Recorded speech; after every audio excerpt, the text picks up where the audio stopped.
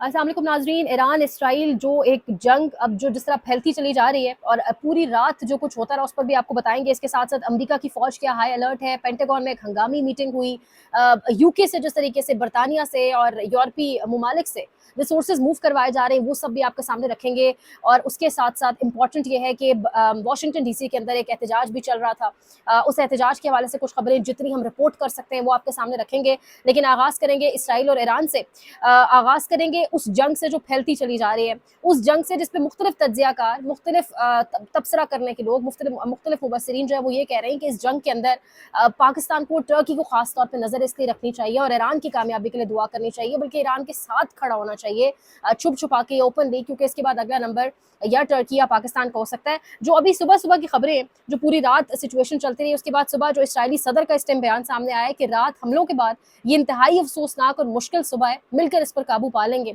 और ये बयान अगर इसराइली सदर दे रहा है कि एक मुश्किल सुबह मिलकर इस पर काबू पाएंगे, और यहाँ पर वेस्ट का मीडिया बहुत डाउन प्ले कर रहा है चीज़ों को, बहुत सारे नुकसान ऐसे हैं जो आपको नहीं बताए जा रहे, लेकिन ये वो खबर है, ये इसराइली सदर की वो स्टेटमेंट है जो वेस्टर्न मीडिया, जो इसराइल का अपना स्टेट मीडिया, जो सब चला रहे हैं। इसराइली साबिक वज़ीर आज़म के बयान भी कल से चल रहे हैं कि वो बता रहे हैं कि बाकायदा तौर पर उनकी जानिब से कहा गया है, साबिक वज़ीर आज़म की जानिब से, कि इसराइल अकेला ईरान के इन हमलों का मुकाबला नहीं कर सकता और इसराइल में को इसके लिए मदद चाहिए। अब वो मदद किससे चाहिए? इसराइल ने बाकायदा तौर पे मदद के हवाले से अमेरिका से दरख्वास्त भी कर दी है। कल एक बयान भी चला इसराइली वज़ीर आज़म नेतन्याहू का, जिसमें अमेरिका की जो 250th बर्थडे थी आर्मी की, उस पर भी उसको विश किया और साथ ये कहा कि मदद की जाए, हमारे इंटरेस्ट एक है, हम एक हैं, हमें इकट्ठे लड़ना चाहिए।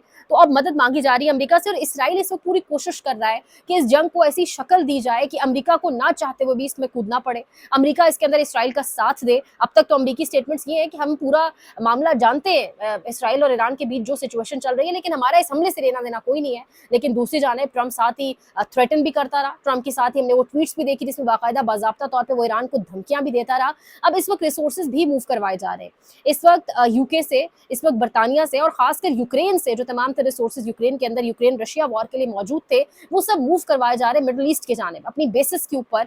ये बहुत सारे इशारे हैं, ये बहुत सारे इशारे इन खबरों से मिल रहे हैं कि शायद पेंटागन में जो हंगामी मीटिंग हुई, अब जो पेंटागन में हंगामी इजलास हुआ है उसमें एक तकसीम मौजूद है, उसमें अमेरिका के अंदर नहीं चाहता, अमेरिका के बहुत सारे लोग, अब एक शिफ्ट है, अब आप कह लें कि rules of the game change हो चुके हैं और अब लोग नहीं चाहते कि हम इस जंग के अंदर कूदें या इस जंग के अंदर अमेरिका भी अपना हिस्सा डाले। हाँ, इसराइल की जो मॉरल सपोर्ट है वो तो अमेरिका कर रहा है, सब जानते हैं कि कर रहा है, लेकिन अब एक तकसीम पेंटागन के अंदर मौजूद है। अब इसराइल की मदद करेगा अमेरिका या नहीं, ये तो ऑब्वियसली आने वाले कुछ घंटे जो बड़े क्रूशल है, जिसमें कुछ जगहों से ये खबरें भी आ रही है कि अमेरिकी फौज भी हाई अलर्ट पर है।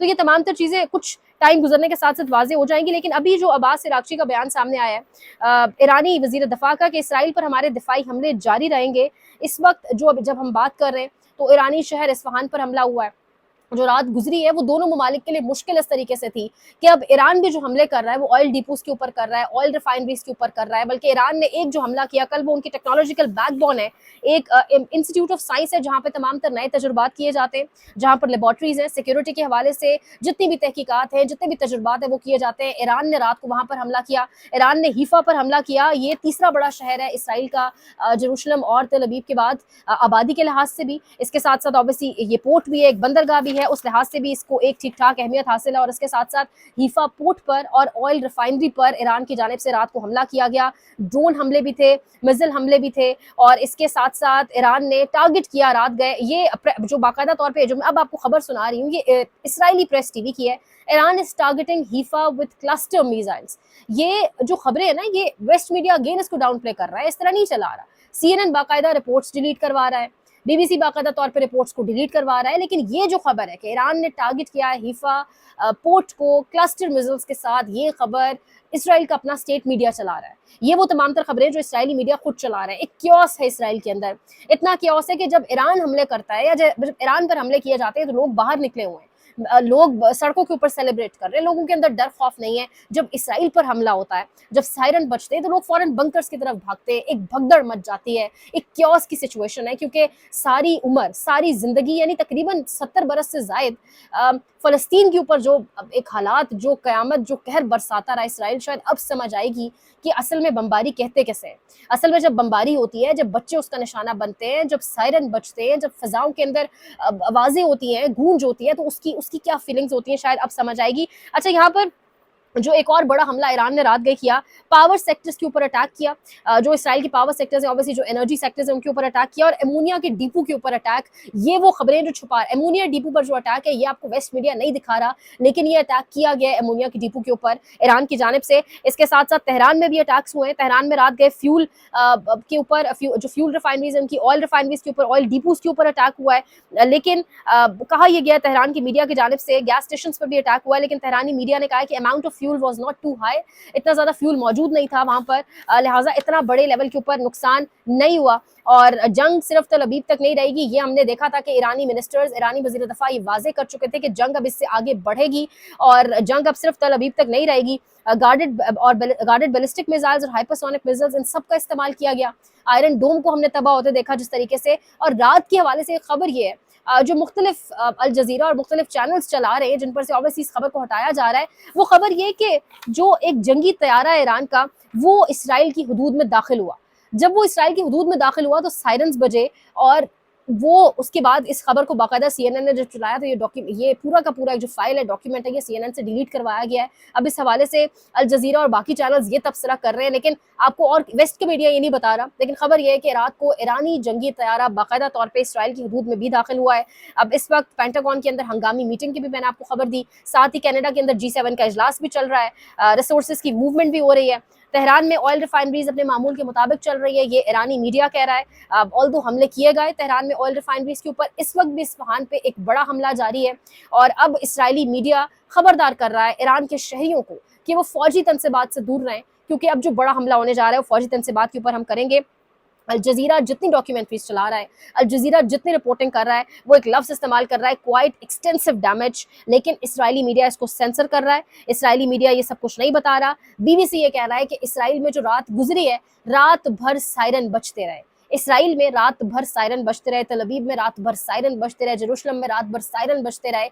ये वो मुल्क है जो जिस तरीके से काम करता रहे, अमेरिका का बगल बच्चा, ये वो मुल्क जिस तरीके से इसने जो जुल्म फलस्तीन के ऊपर ढाया। और मतलब अब दो ममालिक बैठ के ये डिसाइड करेंगे कि किस मुल्क के पास एटॉमिक पावर, कौन सा मुल्क बन सकता है, किसके पास न्यूक्स हो सकते हैं, किसके पास नहीं हो सकते।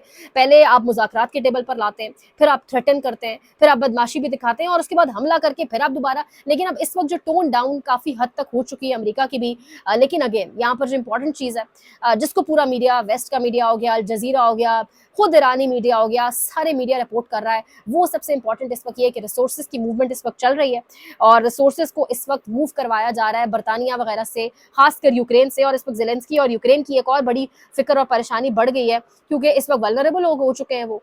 रशिया भी जानता है कि इनके पीछे कौन खड़ा था, लेकिन अब वहां से तमाम तरह रिसोर्सेज जो है उनको मूव करवा दिया गया है। अब यहाँ पर ईरान की जानिब से एक और जो बड़ा रात को एक कदम उठाया गया कि ईरान ने एनपीटी मायदों से यकतरफा तौर पर निकलने के लिए कानून तैयारियां शुरू कर दी। ईरान इन मायदों से निकलने के बाद जौहरी तवानाई के हसूल में आज़ाद हो जाएगा। ये एनपीटी मायदे जो हैं, बेसिकली ये एक ट्रीटी है जो आपको प्रिवेंटिंग, यानी जो न्यूक्लियर वेपन्स के हवाले से, ये वो एक ट्रीटी है जिसके अंदर ईरान शामिल हुआ था अमेरिका के साथ मिलकर, जिसके बायस ईरान आज बाउंड हो चुका है, जिसके बायस ईरान को बहुत सारी हदूद के अंदर रहते हुए आज, तभी तो ईरान को बार बार रोका जा रहा है, अमेरिका की जानिब से ईरान को बार बार धमकाया जा रहा है कि आपको एटॉमिक पावर नहीं बनने दिया जा सकता, आपको न्यूक्लियर पावर नहीं बनने दिया जा सकता। और वही मुज़ाकरात जिनका झांसा देकर 2 महीने तक मुज़ाकरात चलते रहे, और फिर इसराइल ने कहा कि 2 महीने से हम इस सब की तैयारी कर रहे हैं, और ये वही 2 महीने जो टाइम गेन किया गया इसराइल की जानिब से, जब ट्रंप ने मुज़ाकरात की टेबल पर ईरान को बिजी रखा और उस बीचों बीच ईरान पर हमला कर दिया गया, जिसका भरपूर और बेहतरीन जवाब अब तक ईरान दे रहा है। तो रात की बड़ी खबर यह भी थी कि एनपीटी जो मायदा है उससे ईरान खुद को अलग करने जा रहा है।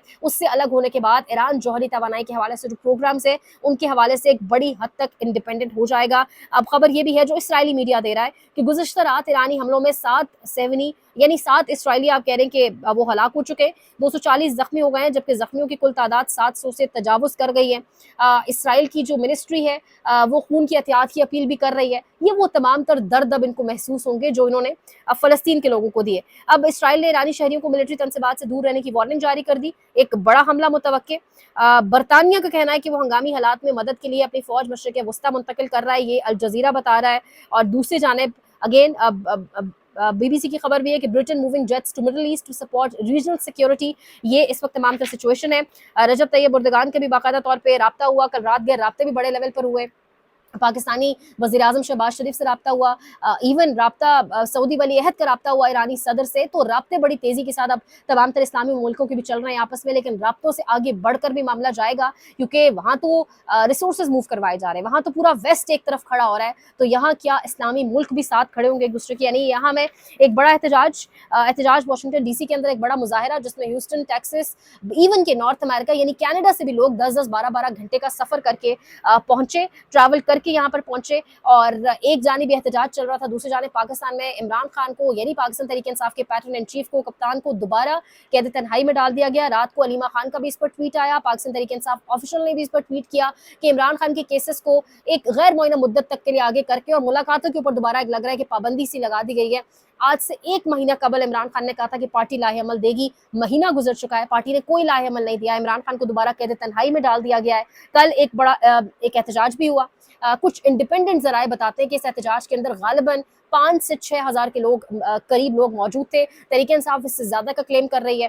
तहरीक इंसाफ ये भी क्लेम कर रही है और वहाँ के रिपोर्टर्स ये भी क्लेम कर रहे हैं कि सफारत खाने के बाहर लोगों को वीडियोस बना के डराया जाता रहा कि यहाँ से मूव कर जाएं, वीडियोस ना बनाएं, नताइज बहुत सख्त होंगे। ये इस वक्त तमाम तर सिचुएशन कल वाशिंगटन डीसी के अंदर रही। सिचुएशन ऑब्वियसली अजीब इसलिए है कि अभी आपके मुल्क के अंदर महीना पहले एक जंग किसी कैफियत से आप गुजरे, अब आपके बिल्कुल दरवाजे पर जंग आई खड़ी है उस मुल्क की जानिब से जिसके हवाले से आपके अपने जो सारे पायलट्स हैं, जो आपके पुराने जितने भी जर्नलों से आप बात करें, सब कहते हैं कि इसराइल हमारे न्यूक्स के ऊपर 1998 में मुख्तलिफ तारीखें और साल बताए जाते हैं हमला करने के लिए तैयार था। इसराइल और इंडिया की जॉइंट कोलैबोरेशन से हमला होने वाला था, तो आज वो ही मुल्क आपके दरवाजे पर जंग लेकर आ गया आपके इस्लामी मुल्क के साथ।